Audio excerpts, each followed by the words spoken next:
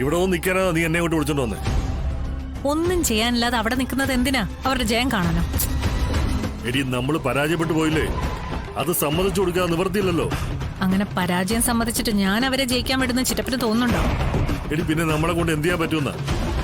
ചിറ്റപ്പന് ഒരു പക്ഷെ ഒന്നും ചെയ്യാൻ പറ്റിയെന്ന് വരില്ല, പക്ഷെ എനിക്ക് പറ്റും. ഞാനതിവിടെ ചെയ്യുകയും ചെയ്യും. എന്നെ തോൽപ്പിച്ചിട്ട് ഒരാളും അങ്ങനെ വലിയ ആളാവണ്ട. എന്താ മോളുടെ മനസ്സിൽ? നീ പ്ലാൻ പറ. ഈ മത്സരത്തിൽ ആരൊക്കെ ജയിക്കരുതെന്ന് ഞാൻ കരുതിയോ അവരാണിപ്പോ ഫൈനൽ റൗണ്ടിൽ കയറിയിരിക്കുന്നത്. ഇവരിൽ ആര് ജയിച്ചാലും എന്റെ സങ്കടം ഇരട്ടിക്കേ ഉള്ളൂ. എടി അതിനിപ്പോ നമുക്ക് എന്ത് ചെയ്യാൻ പറ്റും? രണ്ടുപേരിൽ ഒരാൾ ജയിച്ചല്ലേ പറ്റൂ. അവര് രണ്ടും ജയിക്കാൻ പാടില്ല. എന്ത് വിഡിത്തരാ നീ പറയുന്നത്? എടി രണ്ടുപേരും തമ്മിൽ മത്സരിക്കുമ്പോ ഒരാൾ ജയിച്ചേ പറ്റൂ. ഇതാ ഞാൻ പറയുന്നത്. ചിറ്റപ്പൻ ഇങ്ങനെ 6 അടി പൊക്കത്തിൽ ഇങ്ങനെ ആളായി നിൽക്കാനേ പറ്റും. ഒന്നും തല പുകച്ച് ചിന്തിക്കില്ല. മത്സരത്തിന്റെ അടിത്തട്ടിളക്കി കലക്കി കൈ കൊടുക്കണം. ഒരാൾക്കും ജയിക്കാൻ പറ്റാത്ത രീതിയിൽ ഒരു കുളം കലക്കൽ പരിപാടി. എന്റെ കൂടെ ഒരാളായിട്ട് നിന്നു തരുമോ? പറ, ഞാൻ എന്താ ചെയ്യണ്ടേ? ആ ശാലിനി ശാരദാമ്മയുടെ അടുത്ത് നിന്ന് ഒഴിവാക്കി തരണം. ബാക്കി കാര്യങ്ങൾ ഞാൻ നോക്കിക്കോളാം. അല്ല മോളെ, ചിറ്റപ്പനോട് നീ ഒന്ന് പറ, എന്താ പ്ലാൻ? എന്തായാലും ചിറ്റപ്പൻ അറിയണ്ട. ചിറ്റപ്പന്റെ പ്ലാൻ പൊളിഞ്ഞല്ലോ. ഇതിനി എന്റെ മാസ്റ്റർ പ്ലാനാ. ഓക്കെ, നീയായി നിന്റെ പാടായി. എന്നെ ഏൽപ്പിച്ചിരുന്ന ജോലി നല്ല കൃത്യമായിട്ട് ഞാനങ്ങ് ചെയ്തു തരും. പോരെ? ശാലിനിയെ ഒഴിവാക്കണം. കളക്ടർ ശാലിനി ആകുമ്പോ വഴി കൊമ്പത്തുനിന്ന് തന്നെ കണ്ടെത്തിയേക്കാം.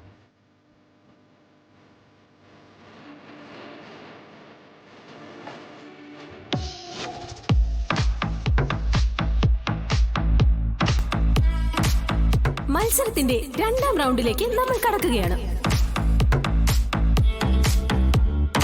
ഈ മത്സരത്തിൽ പരമ്പരാഗതമായ കേരള ഡിഷസ് ആണ് ഉണ്ടാക്കേണ്ടത്. 1ാം റൗണ്ടിൽ 8 മാർക്ക് വാങ്ങിയ കുടുംബശ്രീ ശാരദയെ നേരിടുന്നത് സത്യഭാമയാണ്.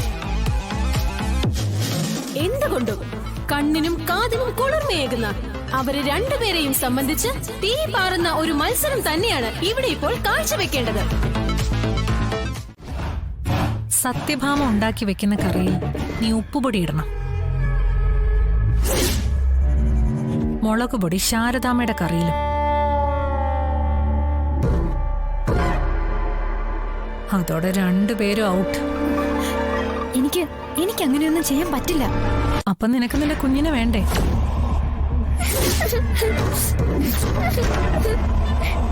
ശ്യാമേ, നീ ഒന്ന് കാര്യങ്ങൾ മനസ്സിലാക്കി ചിന്തിക്കേ. നിന്റെ കുഞ്ഞിന്റെ ജീവൻ വരെ അപകടത്തിലാണ്. പപ്പിയോട് അല്പമെങ്കിലും സ്നേഹം ഉണ്ടെങ്കിൽ അത് നീ കാണിക്കേണ്ട സമയം ഇത് തന്നെയാ. അയ്യോ പാവം പപ്പിമോള്. ജലപാനം പോലും കഴിക്കാതെ ഒരു മുറിയില് എനിക്ക് ചിന്തിക്കാൻ പോലും വയ്യ. എന്താ അമ്മ വരാത്ത? എന്റെ അമ്മയ്ക്ക് വേണ്ടേ?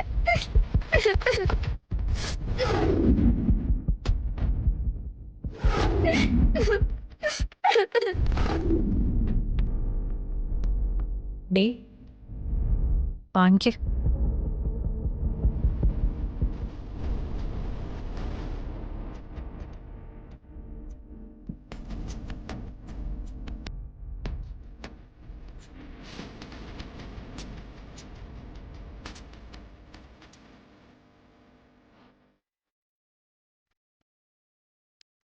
അങ്ങനെ വഴിക്ക് വാ. ഇനി കാര്യങ്ങളെല്ലാം നിന്റെ കയ്യിലാ.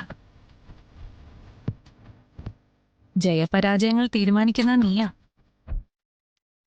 പറഞ്ഞതുപോലെ ചെയ്താ നിന്റെ ഒപ്പം നിന്റെ കൊച്ചുണ്ടാവും. ഇല്ലെങ്കിൽ എന്നേക്കുമായി അവളെ അങ്ങ് മറന്നേക്ക്. മാഡത്തിന്റെ ശത്രുക്കളെല്ലാം ഇവിടെ ഉള്ളതുകൊണ്ടാ ഞാൻ ഈ പറയുന്നത്. പക്ഷേ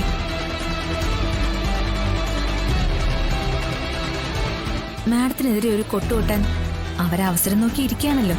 ശരിയാണോ പറഞ്ഞത്? എത്രയും പെട്ടെന്ന് സംഭവ സ്ഥലത്തെത്തണം. ക്ഷമ, എനിക്ക് അത്യാവശ്യമായിട്ടൊന്ന് പോണം. അതുകൊണ്ട് അമ്മയുടെ സഹായത്തിനായിട്ട് നീ ഒന്ന് നിൽക്കണം. കുഞ്ഞേച്ചി, ഞാൻ നിന്നാ... ക്ഷമ, നീ നിന്നാ മതി. ഞാൻ അമ്മയോട് പറഞ്ഞോളാം. അമ്മേ ഞാൻ ആ മോളെ ഞാൻ കേട്ടു. നീ പോയിട്ട് വാ. ഇവളുണ്ടല്ലോ ഇവിടെ, ഞാനെല്ലാം വേണ്ട പോലെ ചെയ്തോളാം. പോയിട്ട് വാ. ക്ഷമേ.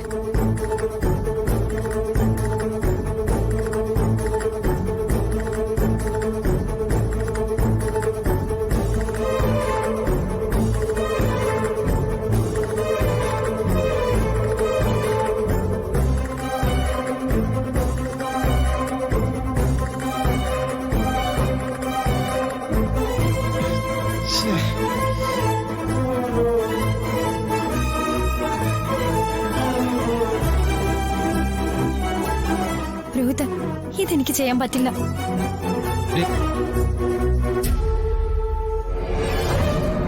പപ്പിയുടെ വെള്ളം പോലും കുടിക്കാണ്ട് കിടക്കുക. അതെ, എന്റെ മോളെ ഈശ്വരൻ രക്ഷിക്കും. എന്നാലും ഇത്രയും വലിയൊരു ചതിക്ക് കൂട്ടു നിൽക്കാൻ എനിക്കാവില്ല. ഇപ്പോഴല്ലേ എനിക്ക് കാര്യം മനസ്സിലായത്. നിനക്ക് നോവില്ലല്ലോ, നീ അല്ലല്ലോ പ്രസവിച്ചത്. ചെല്ലടി അങ്ങോട്ട് ചെല്ലാൻ.